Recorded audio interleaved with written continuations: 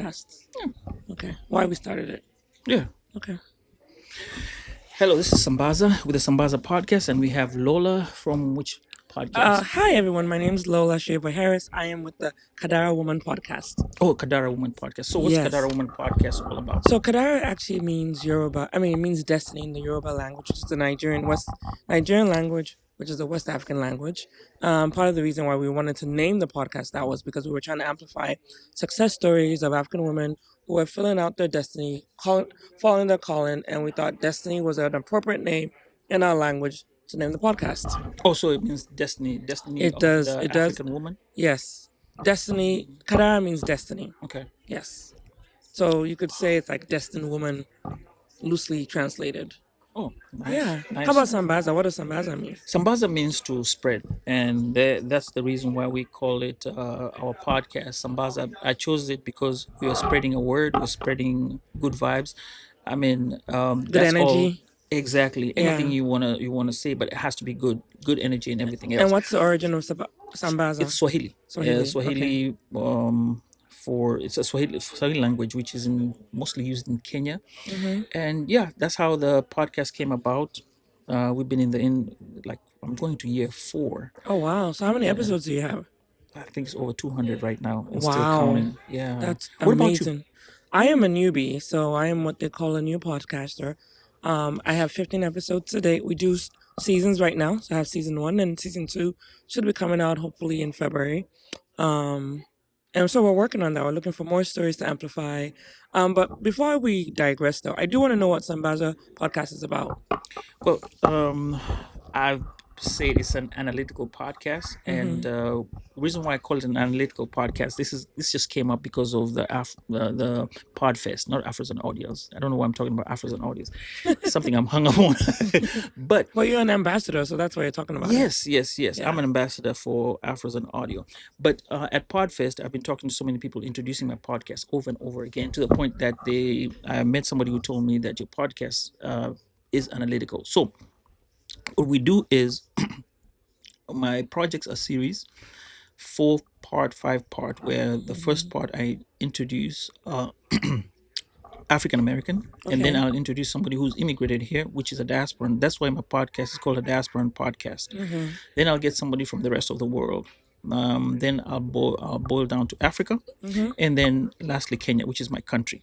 So if the story we're talking about is men's health, or we're going to talk about COVID, for example, the point is we try to figure out what are the common tendencies with all of us, or that we get to experience. So everyone has their own experiences, but what's the common underlying factor? And that's what Sambaza podcast is all about. So have you found it's almost like an anthropology podcast as well. Yeah. Yeah, and I like that better than analytics, actually, because I think in a way you're bringing all these human stories from different aspects, but there is a connective tissue, or not. But I'm guessing, what would you say, has there been more connective tissues between these different subgroups than There what has would you say? been. You find that one time we did child discipline, and it came about. We needed order with our kids, and everyone who came on the show, the one thing is respect, obedience, and respecting the rule of law, and this is common in all those. COVID, it's a disease. Everyone was fearing death. There was uncertainty, and also different people reacted to them in different ways, from the doctor's information and what have you. Now, I like the fact that you said about anthropology, which means if I'm to ever put myself in one of these awards, I should probably put anthropology as Yeah. part of the podcast genre, because I really think that's one of the main things. Rather than go for diaspora podcast, we need to find a smaller niche when you're doing that. Are you ready for any awards yourself? You know what? That's a great question. I appreciate that, because I do think that there is a room for new podcasters. I think that's what encourages us, and so I'm actually looking into awards that recognize the new indie podcasters.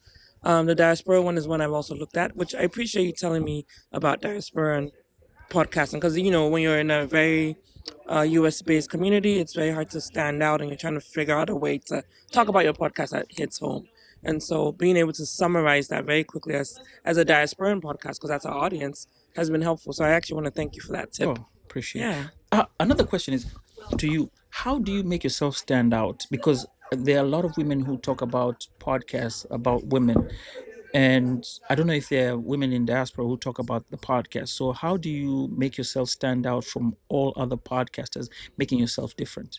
That's a fair question. And I would say I think that's something I'm still learning if I had to be really honest. I think one way we stand out is that we're very, very intentional about the women that we show on our platform. So I'll give you an example. There are a lot of people that say African, and then you go in there and it's a Nigerian based restaurant, right? And they've kind of butchered African, and that's a I've pet been, peeve of mine. yes, yes. So one thing I know, and being a Nigerian American, my network automatically has a lot of Nigerians. And so I was very intentional about seeking guests, especially for season one, which I thought was going to be our launch season, about finding people who are not Nigerian to fill up the podcast guest list. And so we had 8 countries represented from the continent, which I'm very proud of out of 12 episodes. Of course, I'm always going to over index on Nigerians because that is naturally what the population index is. But again, there was a lot of work to be intentional. I think we do a great job so far of being intentional about the guests and making sure there's a lot of representation of Africa so we can truly call ourselves an African podcast. A second thing is that the people who work on my podcast behind the scenes team are all of African descent. You have That's a all. team. Wow. Well, I have a mini team Oh, nice. because, we can talk about that later. But Okay.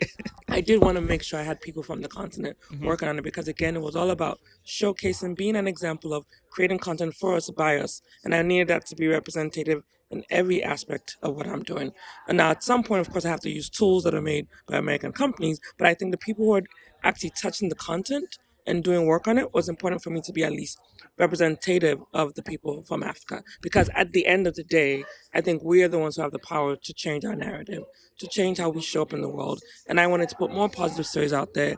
And it was more authentic to me to use people who look like me, who talk like me, who had funny expressions for different things, working on the podcast in day in, day out. And so I think we stand out that way because we're being intentional from the beginning to the end. Okay, I'm gonna pose another question to you because Yeah. this is really, it may be also controversial. You are Nigerian American, which you just mentioned. Do you speak the pidgin? Yes. Well, I understand it, and You understand it? I know enough to around, but I can't do like a whole BBC pigeon episode if that's what you're asking. Okay. But I can speak enough to get through. Yeah, and I also speak my native language as well. So how do you get yourself into the Nigerian market? Because now you're talking about the African woman, and most of us have this problem where Yes. when we're trying to break into the barrier back home, you're not Nigerian enough to be a Nigerian, and back here you're not American enough to be Right. American. How do you get around the pidgin, speaking pidgin, or Oh, the you get native by language. native language? I know in native language you might be, I'm not sure, but you could be great at it. How do you handle and how do you pause this to your audience to whereby they feel they're represented on both sides? So that's a fair question that I honestly have not solved.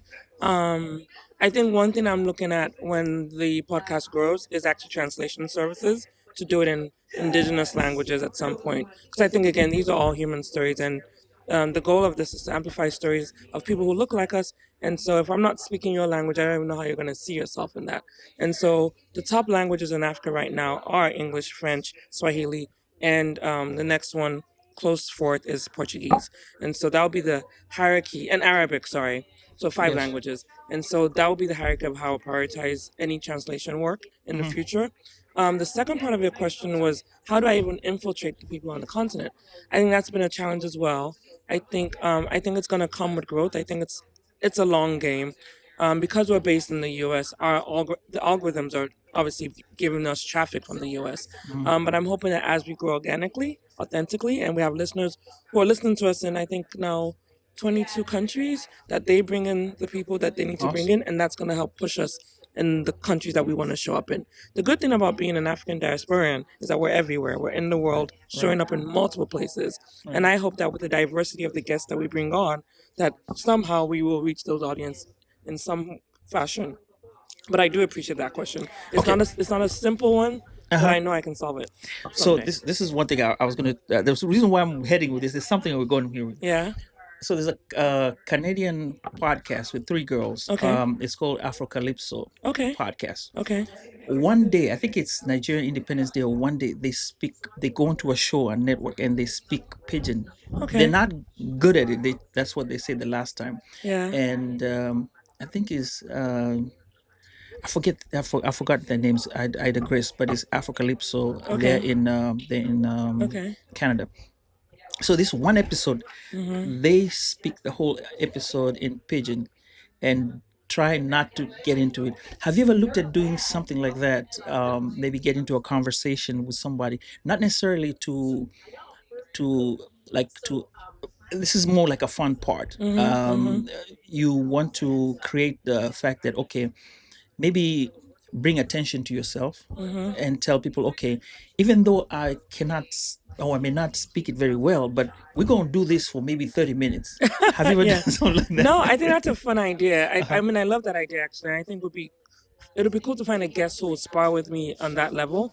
I will say one thing I've noticed though, with the Nigerian, especially with the Nigerian guests, there's a part in the conversation where it always comes up. We have this little competitive thing where we talk about what high school you go to, and Uh-huh. I think that authenticates the relationship very quickly because you're like, oh wait, you went to QC. QC is one of the big schools in Lagos, Nigeria, Queen's College, and I didn't go to QC. I have a lot of friends who did, and so when you find out there's just you went to QC, and there's that natural banter that happens, and I love that because it's authentic to Nigeria. Now, Right. of course, I can't replicate that with my non-Nigerian guests, but I do know that I did speak to someone from, I think it was Ghana, who talked about a popular school, and I know that hopefully just her even saying that it'll resonate with the Ghanaian listeners. And so, yes, language is a great way to do that, but I think even just talking about the nuances of our culture, like schools, and we all know those little things that we talk about. That also helps bring the audience in We because do. everybody knows. Again, I'm speaking for Lagos, and it's a very small subset of the continent.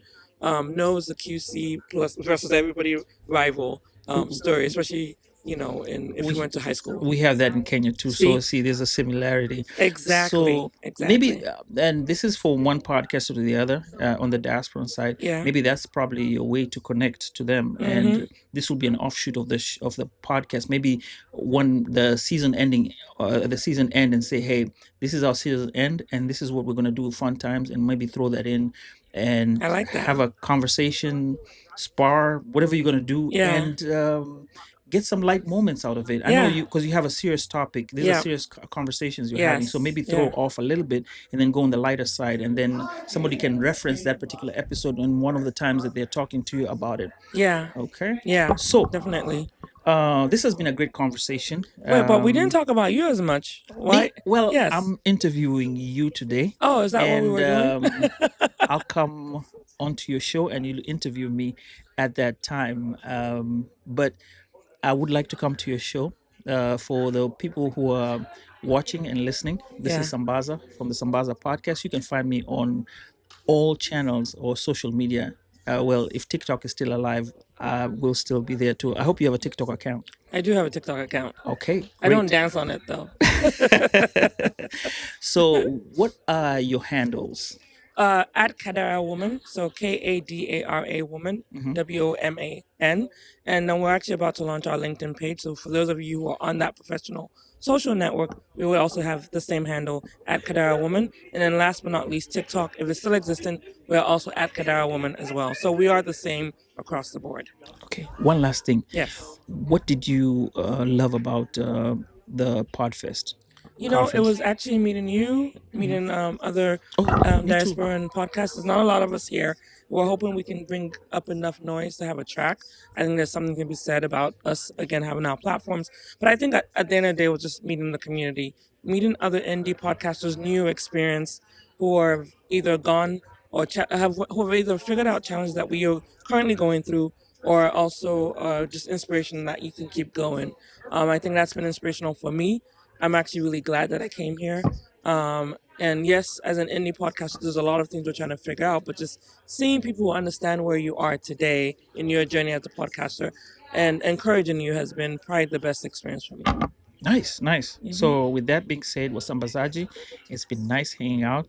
And Lola, thank you Thank for this you. not collaboration, but this conversation that we've had on Ecamm at the Podfest conference. All Yes. right. Thank you. Osamazaji, goodbye. We're off to take some pictures. Hope we didn't miss him. Bye. Bye. Finish. Finish.